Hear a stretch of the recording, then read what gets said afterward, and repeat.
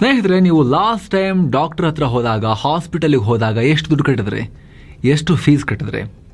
500, 1000, 2000, 10,000, 50,000? ಆದರೆ ಇನ್ನು ಮುಂದೆ ಹಾಸ್ಪಿಟಲ್ಗಳು ವೈದ್ಯರು ನಿಮ್ಮ ಹತ್ರ ಇಷ್ಟ ಬಂದ ಹಾಗೆ ಚಾರ್ಜ್ ಮಾಡೋ ಹಾಗಿಲ್ಲ ಅನ್ನೋ ರೀತಿಯಲ್ಲಿ ಸರ್ಕಾರ ಥಿಂಕ್ ಮಾಡ್ತಿದೆ. ಜ್ವರ ಬಂತು ಅಂತ ಹೋದರೆ ಸಾವಿರ ಕೇಳೋ ಹಾಗಿಲ್ಲ. ಆಪರೇಷನ್ ಸರ್ಜರಿ ಅಂತ ಲಕ್ಷ ಬಿಲ್ ಹಾಕೋ ಹಾಗಿಲ್ಲ. ಖಾಸಗಿ ಆಸ್ಪತ್ರೆಗಳ ಫೀಸ್ ಸ್ಟ್ರಕ್ಚರ್ ಮೇಲೆ ದೊಡ್ಡ ಆಪರೇಷನ್ ಅನ್ನ ಕೇಂದ್ರ ಸರ್ಕಾರ ಶುರು ಮಾಡಿರೋ ರಿಪೋರ್ಟ್ಸ್ ಬಂದಿದೆ. ನೀವು ಸ್ಕ್ರೀನ್ ಮೇಲೆ ನೋಡ್ತಾ ಇದ್ದೀರಾ. ಕನ್ಸಲ್ಟೇಷನ್ ಫೀಸ್ ಎಷ್ಟಿರಬೇಕು? ಕಣ್ಣಿನ ಆಪರೇಷನ್, ಸಿಸೇರಿಯನ್ ಡೆಲಿವರಿ ಅಥವಾ ಸಿ ಸೆಕ್ಷನ್ ಡೆಲಿವರಿಗೆ ಎಷ್ಟು ಚಾರ್ಜ್ ಮಾಡಬೇಕು? ಖುದ್ದು ಸರ್ಕಾರವೇ ರೇಟ್ ಫಿಕ್ಸ್ ಮಾಡೋಕೆ ಹೊರಟಿದ್ದಾರೆ. ಸರ್ಕಾರದ ಈ ಒಂದೇ ಒಂದು ನಿರ್ಧಾರ ಈಗ ಇಡೀ ವೈದ್ಯಕೀಯ ಲೋಕದಲ್ಲೇ ಸಂಚಲನಕ್ಕೆ ಕಾರಣ ಆಗಿದೆ.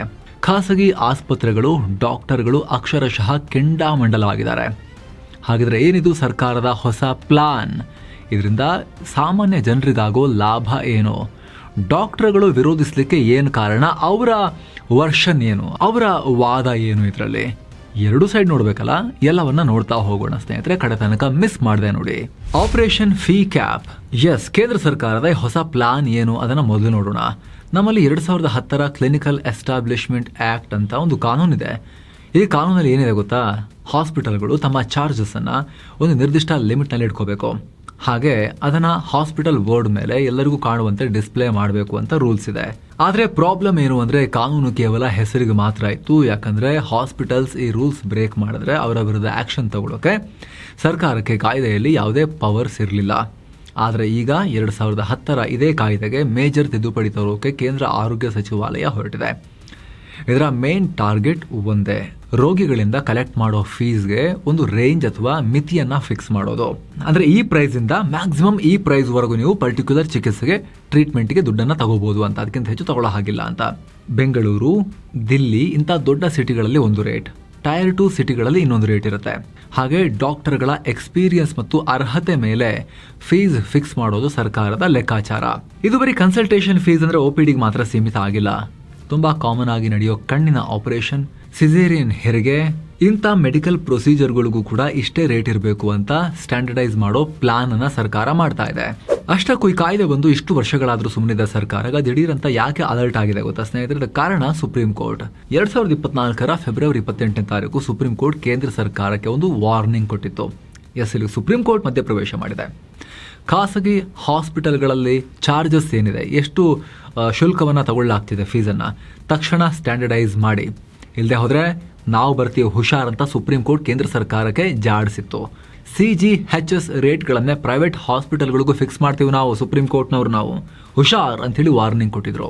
ಈ ಚಾರ್ಟ್ 18 ಕೇಂದ್ರ ಸರ್ಕಾರ ಖಾಸಗಿ ಆಸ್ಪತ್ರೆಗಳ ಮೇಲೆ ಈಗ ಆಪರೇಷನ್ ಮಾಡೋಕೆ ಕತ್ರಿ, ಚಾಕು ಎಲ್ಲ ಹಿಡ್ಕೊಂಡು ರೆಡಿ ಆಗಿದೆ ಈಗ. ಹಾಗಿದ್ರೆ ಹಾಸ್ಪಿಟಲ್ ಬಿಲ್ಗಳು ಇನ್ನು ಮುಂದೆ ಎಷ್ಟು ಕಮ್ಮಿ ಆಗ್ತವೆ? ನಮಗೆ ನಿಮಗೆ ಇದರಿಂದ ಯಾವ ರೀತಿ ಲಾಭ ಆಗುತ್ತೆ? ಅಗೇನ್ ಡಾಕ್ಟರ್ಸ್ ಹೇಳ್ತಿರೋದನ್ನೆಲ್ಲ ನೋಡ್ತಾ ಹೋಗೋಣ ಸ್ನೇಹಿತರೆ. ಅದಕ್ಕಿಂತ ಮುಂಚೆ ನೋಡಿ, ಹಾಸ್ಪಿಟಲ್ ಬಿಲ್ಗಳು ಯಾವ ರೀತಿ ಏರಿಕೆ ಆಗ್ತಾ ಇದ್ವು, ಅದಕ್ಕೆ ಸರ್ಕಾರ ಮಧ್ಯಪ್ರವೇಶ ಮಾಡ್ತಿರೋದಲ್ವಾ. ಆದರೆ ಯಾವಾಗ ಯಾರಿಗೆ ಹೆಲ್ತ್ ಎಮರ್ಜೆನ್ಸಿ ಯಾವ ತರ ಎದುರಾಗುತ್ತೆ ಅಂತ ಹೇಳಕ್ಕಾಗಲ್ಲ. ಹಾಗೆ ದಿಢೀರಂತ ಹಾಸ್ಪಿಟಲ್ ಸೇರಿದಾಗ ನಾವು ಕಷ್ಟಪಟ್ಟು ಕೂಡಿಟ್ಟ ಲೈಫ್ ಟೈಮ್ ಸೇವಿಂಗ್ಸ್ ಒಂದೇ ದಿನದಲ್ಲಿ 0 ಆಗೋ ಅಪಾಯ ಕೂಡ ಇರುತ್ತೆ. ಆದ್ರೆ ಪ್ರತಿಯೊಬ್ಬರ ಹತ್ರ ಒಂದು ಬೆಸ್ಟ್ ಹೆಲ್ತ್ ಇನ್ಶೂರೆನ್ಸ್ ಪ್ಲಾನ್ ಇದ್ರೆ ಅದರಿಂದ ಬಚಾವಾಗಬಹುದು. ಬರೀ 895 ರೂಪಾಯಿಗೆ 2 ಕೋಟಿ ರೂಪಾಯಿ ತನಕ ಹೆಲ್ತ್ ಇನ್ಶೂರೆನ್ಸ್ ಅನ್ನ ಮಾಡಿಸೋಕೆ ನಿಮಗೆ ಭಾರತದಲ್ಲಿ ಅವಕಾಶ ಇದೆ. ಮನೆಯಲ್ಲಿ ಕೂತಲ್ಲೇ ಯಾವುದೇ ಏಜೆಂಟ್ ಕಮಿಷನ್ ಇಲ್ಲದೆ ಡೈರೆಕ್ಟ್ ಆಗಿ ನೀವು ಕಮ್ಮಿ ಪ್ರೀಮಿಯಂ ನಲ್ಲಿ ಹೆಲ್ತ್ ಇನ್ಶೂರೆನ್ಸ್ ಅನ್ನ ಮಾಡಿಸಬಹುದು. ಆಗ ಎಷ್ಟು ಅಮೌಂಟಿಗೆ ಮಾಡಿಸಿರ್ತೀರೋ ಅಷ್ಟು ಅಮೌಂಟ್ಗೆ ನೀವು ಹಾಸ್ಪಿಟಲ್ ಬಿಲ್ ನ ಭಯ ಪಡೋ ಅಗತ್ಯನೇ ಇರೋದಿಲ್ಲ. ಸೊ ಸ್ನೇಹಿತರೆ, ವಿಡಿಯೋ ಕೆಳಗಡೆ ಡಿಸ್ಕ್ರಿಪ್ಷನ್ ಮತ್ತು ಪಿನ್ ಮಾಡಿರೋ ಕಾಮೆಂಟ್ ನಲ್ಲಿ ಹೆಲ್ತ್ ಇನ್ಶೂರೆನ್ಸ್ ನ ಲಿಂಕ್ ಇದೆ. ಆಸಕ್ತರು ಮಿಸ್ ಇಲ್ಲದೆ ಚೆಕ್ ಮಾಡಿ. ಹಾಗೆ ಸೆಕೆಂಡ್ ಲಿಂಕ್ ಟರ್ಮ್ ಇನ್ಶೂರೆನ್ಸ್ ಕೂಡ ಇದೆ. ದುಡಿಯೋ ವ್ಯಕ್ತಿಯನ್ನ ಕಳ್ಕೊಂಡ್ರೆ ಫ್ಯಾಮಿಲಿಗೆ ಕೋಟ್ಯಂತರ ರೂಪಾಯಿನ ಆರ್ಥಿಕ ಸಪೋರ್ಟ್ ಅನ್ನ ಕೊಡೋಕೆ ಅದನ್ನ ಮಾಡಿಸ್ತಾರೆ. ಟರ್ಮ್ ಇನ್ಶೂರೆನ್ಸ್ ಅನ್ನ ನೀವು ಮಾಡಿಸಿಲ್ಲ ಅಂದ್ರೆ ಅದನ್ನ ಕೂಡ ನೀವು ಚೆಕ್ ಮಾಡಬಹುದು. 2 ಲಿಂಕ್ ವಿಡಿಯೋ ಕೆಳಗಡೆ ಡಿಸ್ಕ್ರಿಪ್ಷನ್ ಮತ್ತು ಪಿನ್ ಮಾಡಿರೋ ಕಾಮೆಂಟ್ ನಲ್ಲಿ ಇದೆ. ಆಸಕ್ತರು ಚೆಕ್ ಮಾಡಿ. ಬನ್ನಿ ಈಗ ಕಂಟಿನ್ಯೂ ಮಾಡೋಣ ಸ್ನೇಹಿತರೆ. ರೇಟ್ ಫಿಕ್ಸ್ ಆಗೋದು ಹೇಗೆ? ಎಲ್ಲಾ ಹಾಸ್ಪಿಟಲ್ಸ್ಗೂ ಒಂದೇ ಫೀಸಾ? ಹಳ್ಳಿಯಲ್ಲಿರೋ ಕ್ಲಿನಿಕ್ಗೂ ಬೆಂಗಳೂರಲ್ಲಿರೋ ಮಲ್ಟಿ ಸ್ಪೆಷಾಲಿಟಿ ಹಾಸ್ಪಿಟಲ್ಗೂ ಒಂದೇ ರೇಟ್ ಇರುತ್ತಾ ಅಂತ ಕೇಳ್ಬೋದು ನೀವು. ಇಲ್ಲ, ಅದಕ್ಕಾಗಿ ಸರ್ಕಾರ ಕ್ಲಾಸಿಫಿಕೇಶನ್ ಮಾಡ್ತಾ ಇದೆ. ಸಿಟಿಗಳನ್ನ ಟೈರ್ 1, ಟೈರ್ 2 ಮತ್ತು ಟೈರ್ 3 ಅಂತ ಡಿವೈಡ್ ಮಾಡಿದೆ. ಯಾವ ಊರಲ್ಲಿ ಯಾವ ಹಾಸ್ಪಿಟಲ್ಗೆ ಎಷ್ಟು ರೇಟ್ ಇರಬೇಕು ಅಂತ ಕೇಂದ್ರ ಆರೋಗ್ಯ ಸಚಿವಾಲಯ ಮ್ಯಾಪಿಂಗ್ ಮಾಡ್ತಾ ಇದೆ. ಹೀಗೆ ಸರ್ಕಾರ ಹೊಸ ರೇಟ್ ಫಿಕ್ಸ್ ಮಾಡುವಾಗ ಈಗ ಆಲ್ರೆಡಿ ಇರೋ ತನ್ನದೇ CGHS ಮಾದರಿಯನ್ನ ಫಾಲೋ ಮಾಡೋ ಸಾಧ್ಯತೆ ಇದೆ. CGHS ನಿಯಮಗಳ ಪ್ರಕಾರ ಕ್ಲಾಸಿಫಿಕೇಶನ್ ಹೇಗಿರುತ್ತೆ ಅಂದ್ರೆ ಟೈರ್ 2 ಸಿಟಿಗಳ ರೇಟ್ ಟೈರ್ 1 ಸಿಟಿಗಿಂತ 19% ಕಮ್ಮಿ ಇರುತ್ತೆ. ಟೈರ್ 3 ಸಿಟಿಗಳ ರೇಟ್ 20% ಡೌನ್ ಇರುತ್ತೆ. ಅದೇ ಸಿಟಿ ಅಷ್ಟೇ ಅಲ್ಲ, ಹಾಸ್ಪಿಟಲ್ ನ ಕ್ವಾಲಿಟಿ ಕೂಡ ಕೌಂಟ್ ಆಗುತ್ತೆ. ನ್ಯಾಷನಲ್ ಅಕ್ರೆಡಿಟೇಷನ್ ಬೋರ್ಡ್ ಅಂದ್ರೆ NABH ಮಾನ್ಯತೆ ಇಲ್ಲದ ಹಾಸ್ಪಿಟಲ್ಗಳ ರೇಟ್ NABH ಮಾನ್ಯತೆ ಇರೋ ಹಾಸ್ಪಿಟಲ್ಗಳಿಗಿಂತ 15% ಕಮ್ಮಿ ಇರಬೇಕು. ಆದ್ರೆ 200ಕ್ಕಿಂತ ಜಾಸ್ತಿ ಬೆಡ್ಗಳಿರೋ ಸೂಪರ್ ಸ್ಪೆಷಾಲಿಟಿ ಹಾಸ್ಪಿಟಲ್ಸ್ಗೆ ಅವುಗಳ ಹೈಟೆಕ್ ಫೆಸಿಲಿಟಿಗಾಗಿ 15% ಹೆಚ್ಚುವರಿ ಚಾರ್ಜ್ ಮಾಡೋಕೆ ಅವಕಾಶ ಇರುತ್ತೆ. ಮತ್ತು ನೀವು ತಗೊಳ್ಳೋ ವಾರ್ಡ್ ಮೇಲೂ ಕೂಡ ರೇಟ್ ಫಿಕ್ಸ್ ಆಗುತ್ತೆ. ಇದರ ಡಿಫರೆನ್ಸ್ ಎಷ್ಟಿದೆ ಅಂತ ಒಂದು ಎಕ್ಸಾಂಪಲ್ ಪ್ರಕಾರ ನೋಡ್ತಾ ಹೋಗೋಣ. ನೀವು ಕಣ್ಣಿನ ಪೊರೆ ಅಂದ್ರೆ ಕ್ಯಾಟ್ರಾಕ್ಟ್ ಸರ್ಜರಿ ಮಾಡಿಸಬೇಕು ಅಂತ ಇಟ್ಕೊಳ್ಳಿ. ಇದರಲ್ಲಿ CGHS ರೇಟ್ ಪ್ರಕಾರ ಫಸ್ಟ್ ಇಲ್ಲಿ CGHS ಅಂದ್ರೆ ಏನು ಅಂತ ಹೇಳ್ಬಿಡ್ತೇವೆ. ಸೆಂಟ್ರಲ್ ಗವರ್ಮೆಂಟ್ ಹೆಲ್ತ್ ಸ್ಕೀಮ್ ಅಂತ, ಕೇಂದ್ರ ಸರ್ಕಾರಿ ಉದ್ಯೋಗಿಗಳಿಗೆ ಟ್ರೀಟ್ಮೆಂಟ್ಗೆ ಕೇಂದ್ರ ಸರ್ಕಾರದ ಒಂದು ಸ್ಕೀಮ್ ಇದು. ಅದರಲ್ಲಿ ಯಾವ ಟ್ರೀಟ್ಮೆಂಟ್ಗೆ ಎಷ್ಟು ಕಾಸ್ಟ್ ಅಂತ ಹೇಳಿ ಅವರು ಸ್ಟ್ಯಾಂಡರ್ಡೈಸ್ ಮಾಡಿದ್ದಾರೆ. ಸೊ CGHS ರೇಟ್ ಪ್ರಕಾರ ಮ್ಯಾಕ್ಸಿಮಮ್ 13,000 ರೂಪಾಯಿ. ಆದರೆ ಪ್ರೈವೇಟ್ ಹಾಸ್ಪಿಟಲ್ಗಳಲ್ಲಿ ಸರಾಸರಿ 35,000ದಿಂದ 65,000 ರೂಪಾಯಿ ಚಾರ್ಜ್ ಮಾಡ್ತಾರೆ. ಇನ್ನು ಸಿಸೇರಿಯನ್ ಡೆಲಿವರಿಗೆ ಸರ್ಕಾರಿ ರೇಟ್ ಕೇವಲ 16,158 ರೂಪಾಯಿ. ಆದರೆ ದಿಲ್ಲಿ, ಬೆಂಗಳೂರಿನಂತ ನಗರಗಳಲ್ಲಿ ಪ್ರೈವೇಟ್ ಬಿಲ್ ಕನಿಷ್ಠ 61,000ದಿಂದ ಶುರುವಾಗಿ 1,00,000 ರೂಪಾಯಿವರೆಗೂ ಕೂಡ ಹೋಗುತ್ತೆ. ಸಮ್ಟೈಮ್ಸ್ 1.5-2 ಲಕ್ಷನೂ ಆಗುತ್ತೆ. ಈ ಬಿಗ್ ಗ್ಯಾಪ್ ಅನ್ನ ಕ್ಲೋಸ್ ಮಾಡೋದೇ ಸರ್ಕಾರದ ಹೊಸ ಐಡಿಯಾ. ಈಗ ಜೇಬು ಸುಡ್ತಾ ಇದೆ ಮೆಡಿಕಲ್ ಬಿಲ್, ಆತಂಕ ಹುಟ್ಟಿಸುತ್ತೆ ಈ ಡೇಟಾ. ಅಲ್ಲ, ಸರ್ಕಾರ ಈಗ ಸಡನ್ ಆಗಿ ನಿರ್ಧಾರಕ್ಕೆ ಬರೋಕೆ ಕಾರಣ ಏನ್ ಗೊತ್ತಾ ಸ್ನೇಹಿತರೆ? ಸಾಮಾನ್ಯ ಜನರ ಜೇಬಿಗೆ ಬೀಳ್ತಾ ಇರೋ ದೊಡ್ಡ ಕತ್ತರಿ. ನಮ್ಮ ದೇಶದಲ್ಲಿ ಮೆಡಿಕಲ್ ಬಿಲ್ ಜನಸಾಮಾನ್ಯರನ್ನ ಹೇಗೆ ಸಾಲಗಾರರನ್ನಾಗಿ ಮಾಡ್ತಿದೆ ಅನ್ನೋದಕ್ಕೆ ಈಗ ನಾವು ಕೊಡೋ ಈ ಡೇಟಾನೇ ಸಾಕ್ಷಿ. ಇತ್ತೀಚೆಗೆ ಏಪ್ರಿಲ್ ತಿಂಗಳಲ್ಲಿ ಕೇಂದ್ರ ಸರ್ಕಾರದ ಅಂಕಿ ಅಂಶಗಳ ಇಲಾಖೆ ಒಂದು ಅಫಿಷಿಯಲ್ ರಿಪೋರ್ಟ್ ಕೊಟ್ಟಿದೆ. ಈ ಡೇಟಾ ನೋಡಿದ್ರೆ ನೀವೇ ದಂಗಾಗ್ತೀರಾ. ದೇಶದಲ್ಲಿ ಇವತ್ತಿಗೂ ಕೂಡ 47% ಮೆಡಿಕಲ್ ಖರ್ಚನ್ನ ಜನ ಜೇಬಿನಿಂದ ಭರಿಸ್ತಾರೆ. ಪ್ರೈವೇಟ್ ಹೆಲ್ತ್ ಇನ್ಶೂರೆನ್ಸ್ ಇಲ್ಲ ಅವ್ರ ಹತ್ರ, ಕೈಯಿಂದ ದುಡ್ಡು ಹಾಕಿ ಕಟ್ತಾ ಇದ್ದಾರೆ. ಅದಕ್ಕೆ ನಾವು ಅವಾಗ ಹೇಳಿದ್ ನಿಮಗೆ, ದೇಶದ ಸಾಮಾನ್ಯ ಹಣದುಬ್ಬರ 3.4% ಇಂಟ್ರೆಸ್ಟ್ ಇದ್ರೆ ವೈದ್ಯಕೀಯ ರಂಗದ ಹಣದುಬ್ಬರ ಈ ಇಂಡಸ್ಟ್ರಿಯಲ್ಲಿ 13% ಇದೆ. ಇದರ ಎಫೆಕ್ಟ್ ಎಷ್ಟಿದೆ ಅಂದರೆ ವಿಶ್ವ ಆರೋಗ್ಯ ಸಂಸ್ಥೆ ರಿಪೋರ್ಟ್ ಪ್ರಕಾರ ಈ ಬರೀ ಮೆಡಿಕಲ್ ಬಿಲ್ ಕಟ್ಟೋಕೆ ಆಗದೆ ನಮ್ಮ ದೇಶದಲ್ಲಿ ಪ್ರತಿ ವರ್ಷ 16% ಕುಟುಂಬಗಳು ಬಡತನ ರೇಖೆಗಿಂತ ಕೆಳಗೆ ಹೋಗ್ತಿವೆ. ಅದರಲ್ಲೂ 3.2% ಜನ ಕೇವಲ ಆಸ್ಪತ್ರೆ ಖರ್ಚಿನಿಂದಲೇ ಕಡು ಬಡವರಾಗ್ತಿದ್ದಾರೆ.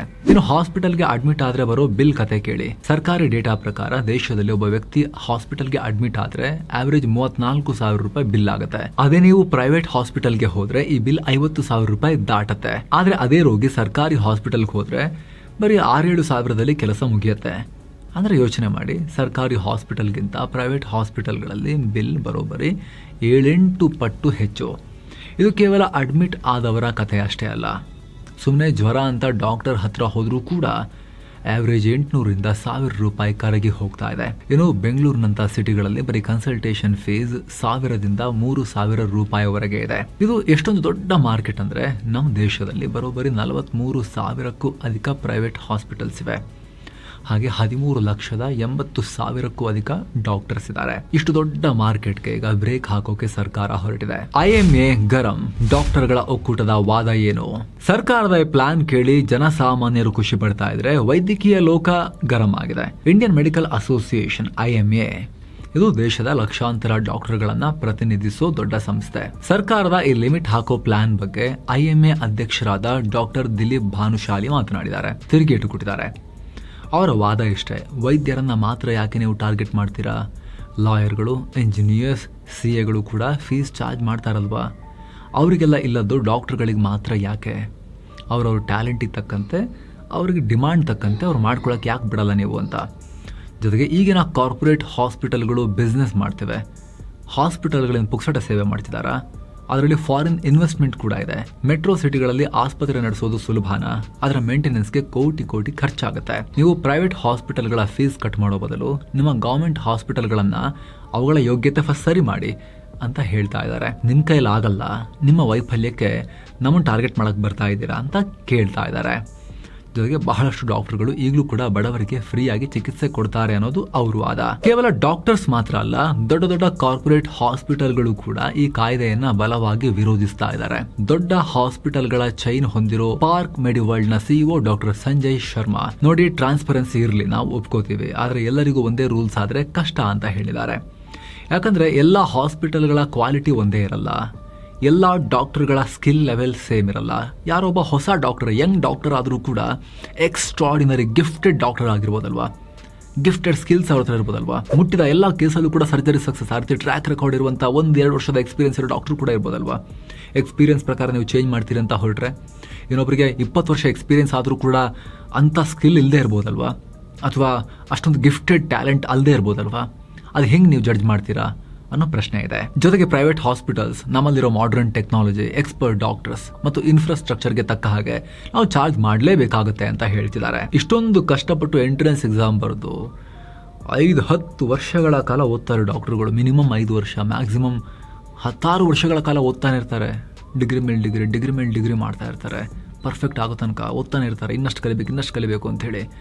ಅಷ್ಟೆಲ್ಲ ಮಾಡಿದ್ಮೇಲೆ ಅವರಿಗೆ ಓಕೆ ಇವ್ರು ಎಕ್ಸ್ಪರ್ಟ್ ಅಂಥೇಳಿ ಒಂದು ಗೌರವ ಅದೆಲ್ಲ ಬರೋಕ್ಕೆ ಶುರುವಾಗುತ್ತೆ, ಡಿಮಾಂಡ್ ಬರೋಕ್ಕೆ ಶುರುವಾಗುತ್ತೆ. ಇವಾಗಂತೂ ಮೆಡಿಕಲ್ ಓದೋದೇ ಸಾಹಸ ಆಗಿ ಹೋಗಿದೆ. ಕೆಲವರಿಗೆ ಗೌರ್ಮೆಂಟ್ ಸೀಟ್ ಸಿಗುತ್ತೆ, ಉಳಿದವರಿಗೆಲ್ಲ ಪ್ರೈವೇಟ್ ಸೀಟ್ನಲ್ಲಿ ಲಕ್ಷಗಟ್ಟಲೆ ಸಾಲ ಮಾಡ್ತಾರೆ, ಕೆಲವರು ಕೋಟಿಗಟ್ಟಲೆ ಸಾಲ ಮಾಡ್ತಾರೆ. ಅಷ್ಟೆಲ್ಲ ಕಷ್ಟಪಟ್ಟು ಓದಿರೋರಿಗೆ ಅವಮಾನ ಮಾಡ್ದಂಗೆ ಆಗಲ್ವಾ ಅನ್ನೋ ವಾದ ಕೂಡ ಇದೆ. ರೋಗಿಗಳಿಗೆ ರಿಲೀಫ್ ಸಿಗುತ್ತಾ? ಈಗ ನಿಮ್ಮ ತಲೆಯಲ್ಲಿ ಒಂದು ಪ್ರಶ್ನೆ ಬಂದಿರುತ್ತೆ. ಸರ್ಕಾರ ಪ್ಲಾನ್ ಮಾಡಿದೆ, ಡಾಕ್ಟರ್ಗಳು ವಿರೋಧ ವ್ಯಕ್ತಪಡಿಸ್ತಾ ಇದ್ದಾರೆ, ಅಂತಿಮವಾಗಿ ಪ್ಲಾನ್ ಜಾರಿಗೆ ಬರುತ್ತಾ ಇಲ್ವಾ ಅಂತ. ಯಾಕಂದ್ರೆ ನಮ್ಮ ಸಂವಿಧಾನದ ಪ್ರಕಾರ ಆರೋಗ್ಯ ಕೇಂದ್ರ ರಾಜ್ಯ ಎರಡೂ ಸರ್ಕಾರಗಳ ವ್ಯಾಪ್ತಿಗೆ ಬರುತ್ತೆ. ಎರಡೂ ಕಡೆ ಹೆಲ್ತ್ ಮಿನಿಸ್ಟ್ರಿ ಇದೆ. ಆದರೆ ಕೇಂದ್ರ ಸರ್ಕಾರ ಏನೇ ಕಾನೂನು ತಂದರೂ ಕೂಡ ಅದನ್ನು ರಾಜ್ಯ ಸರ್ಕಾರಗಳು ಕೇಂದ್ರದ ಕಾನೂನನ್ನು ಫಾಲೋ ಮಾಡಬೇಕಾಗತ್ತೆ. ಈಗ ಕೇಂದ್ರ ಸರ್ಕಾರ ಟೈರ್ 1, ಟೈರ್ 2 ಸಿಟಿಗಳ ಪ್ರಕಾರ ರೇಟ್ ಫಿಕ್ಸ್ ಮಾಡಿದ್ರೂ ಕೂಡ ಎಲ್ಲ ರಾಜ್ಯಗಳು ಒಪ್ಪಿ ಅದನ್ನು ಅವ್ರವ್ರ ರಾಜ್ಯದಲ್ಲೂ ಕೂಡ ಇಂಪ್ಲಿಮೆಂಟ್ ಮಾಡಬೇಕಾಗತ್ತೆ. ಅದನ್ನು ಸ್ಟ್ರಿಕ್ಟ್ ರೂಲ್ ಆಗಿ ಜಾರಿಗೆ ತರಬೇಕಾಗತ್ತೆ. ಆಗ ಮಾತ್ರ ಪ್ರೈವೇಟ್ ಹಾಸ್ಪಿಟಲ್ಗಳಲ್ಲೂ ಕೂಡ ಜನಕ್ಕೆ ಅಫೋರ್ಡಬಲ್ ಪ್ರೈಸಸ್ನಲ್ಲಿ ಟ್ರೀಟ್ಮೆಂಟ್ ಸಿಗುತ್ತೆ. ಆದ್ರೆ ಇದನ್ನು ಜಾರಿ ಮಾಡೋಕೆ ಹಾಸ್ಪಿಟಲ್ಗಳ ಒಕ್ಕೂಟಗಳು, ವೈದ್ಯರ ಒಕ್ಕೂಟಗಳು ಇವರು ಬಿಡ್ತಾರಾ? ಅವರು ಪ್ರತಿಭಟನೆ ಮಾಡೋಕೆ ಮುಂದಾದ್ರೆ ಏನಾಗುತ್ತೆ? ಅವರು ಮುಷ್ಕರ ಮಾಡಿ ನಾವು ಸರ್ವಿಸೇ ಕೊಡಲ್ಲ, ಒಂದು ವಾರ ಸರ್ವಿಸೇ ಕೊಡಲ್ಲ ಅಂತ ಹೇಳಿ ಬಂದ್ ಮಾಡಿ ಪ್ರೊಟೆಸ್ಟ್ ಮಾಡಿದ್ರೆ, ಪ್ರತಿಭಟನೆ ಮಾಡಿದ್ರೆ ಅವಾಗ ಏನಾಗುತ್ತೆ? ಸರ್ಕಾರ ಅವಾಗ ಏನ್ ಮಾಡುತ್ತೆ? ಈ ಎಲ್ಲ ಪ್ರಶ್ನೆಗಳು ಸದ್ಯಕ್ಕಿವೆ. ಆದ್ರೆ ಮಾಡಕ್ ಆಗದೇ ಇಲ್ಲ ಅಂತೇನಿಲ್ಲ. ಬೇರೆ ರಾಷ್ಟ್ರಗಳನ್ನು ನೋಡಿದ್ರೆ ನಿಮ್ಗೆ ಅರ್ಥ ಆಗುತ್ತೆ. ಉದಾಹರಣೆಗೆ ಜರ್ಮನಿಯಲ್ಲಿ GDRG ಅನ್ನೋ ಮಾಡೆಲ್ ಇದೆ. ಇಲ್ಲಿ ಹಾಸ್ಪಿಟಲ್ಗಳು ಇಷ್ಟ ಬಂದ ಹಾಗೆ ಬಿಲ್ ಮಾಡೋಕ್ಕಾಗಲ್ಲ. ಯಾವ ಕಾಯಿಲೆಗೆ ಎಷ್ಟು ಅನ್ನೋ ಪಕ್ಕಾ ಫಿಕ್ಸ್ಡ್ ಕಾಸ್ಟ್ ಇರುತ್ತೆ. ಇನ್ನು ಜಪಾನ್ನಲ್ಲಿ ನ್ಯಾಷನಲ್ ಫೀ ಶೆಡ್ಯೂಲ್ ಸಿಸ್ಟಮ್ ಇದೆ. ಅಲ್ಲಿ ಪ್ರತಿ 2 ವರ್ಷಕ್ಕೊಮ್ಮೆ ಸರ್ಕಾರವೇ ಮೆಡಿಕಲ್ ಫೀಸ್ಗಳನ್ನು ರಿವ್ಯೂ ಮಾಡಿ ಕಂಟ್ರೋಲ್ನಲ್ಲಿಡುತ್ತೆ. ಭಾರತದಲ್ಲೂ ಇದೇ ಸಿಸ್ಟಮ್ ಜಾರಿಗೆ ಬಂದರೆ ಮೆಡಿಕಲ್ ಸೆಕ್ಟರ್ನಲ್ಲಿ ಟ್ರಾನ್ಸ್ಪರೆನ್ಸಿ ಬರಬಹುದು. ಹಾಸ್ಪಿಟಲ್ಗೆ ಹೋಗೋ ಮುನ್ನವೇ ಜನಕ್ಕೆ ಬಿಲ್ ಎಷ್ಟು ಬರಬಹುದು ಅನ್ನೋ ಕ್ಲಾರಿಟಿ ಸಿಗುತ್ತೆ. ದಿಢೀರಂತ ಲಕ್ಷಾಂತರ ಬಿಲ್ ಬಂದು ಡಿಸ್ಚಾರ್ಜ್ ಮಾಡ್ಕೊಳ್ಳೋಕ್ಕೂ ಆಗದಿರುವಂತ ಒದ್ದಾಡೋ ಪರಿಸ್ಥಿತಿ ಪೇಷಂಟ್ಸಿಗೆ ಬರಲ್ಲ. ಮುಂಚೆನೇ ಕ್ಲಾರಿಟಿ ಇರುತ್ತೆ. ಈ ಬಗ್ಗೆ ನಿಮ್ಮ ಒಪಿನಿಯನ್ ಮಿಸ್ಸಿಲ್ಲೇ ಕಾಮೆಂಟ್ ಮಾಡಿ. ಹಾಗೆ ಕಡೆದಾಗಿ ಕ್ವಿಕ್ ರಿಮೈಂಡರ್, ಸರ್ಕಾರದ ಸ್ಕೀಮ್ ಜಾರಿ ಆಗುತ್ತೋ ಬಿಡುತ್ತೋ, ಜಾರಿ ಆದ್ಮೇಲೂ ಕೂಡ ಏನು ಫೀಸ್ ಬಹಳ ಕಮ್ಮಿ ಆಗಿಬಿಡುತ್ತೆ, ಫ್ರೀಯಾಗಿ ಸಿಕ್ಬಿಡುತ್ತೆ ಅಂತ ಅಲ್ವಲ್ಲ. ಗಂಭೀರ ಸಮಸ್ಯೆಗಳು ಬಂದರೆ ಲಕ್ಷಗಟ್ಟಲೆ ಖರ್ಚಾಗೋ ಚಾನ್ಸಸ್ ಇರುತ್ತಲ್ವಾ. 1 ವಾರ 3 ದಿನ ಅಲ್ಲಿ ಅಡ್ಮಿಟ್ ಆಗೋ ಪರಿಸ್ಥಿತಿ ಬಂತು ಅಂತ ಹೇಳಿದ್ರೆ. ಹಾಗಾಗಿ ಹೆಲ್ತ್ ಇನ್ಶೂರೆನ್ಸ್ ಈಗಿನ ಕಾಲದ ಅನಿವಾರ್ಯತೆ. ಕಂಪನಿಯ ಹೆಲ್ತ್ ಇನ್ಶೂರೆನ್ಸ್ ಇದ್ರೂ ಕೂಡ ವರ್ಕ್ ಮಾಡೋ ಕೊಡೋದು.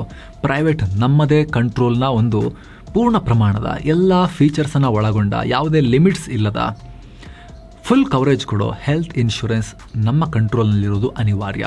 ಒಂದ್ಸಲ ಮಾಡಿಸಿ ವರ್ಷಗಳು ಕಳೀತಾ ಇದ್ದ ಹಾಗೆ ಯಾವುದೇ ವೇಟಿಂಗ್ ಪೀರಿಯಡ್ನ ಭಯ ಇರೋದಿಲ್ಲ, ಯಾವುದೇ ಹಾಸ್ಪಿಟಲ್ ಬಿಲ್ನ ಭಯ ಕೂಡ ಇರೋದಿಲ್ಲ.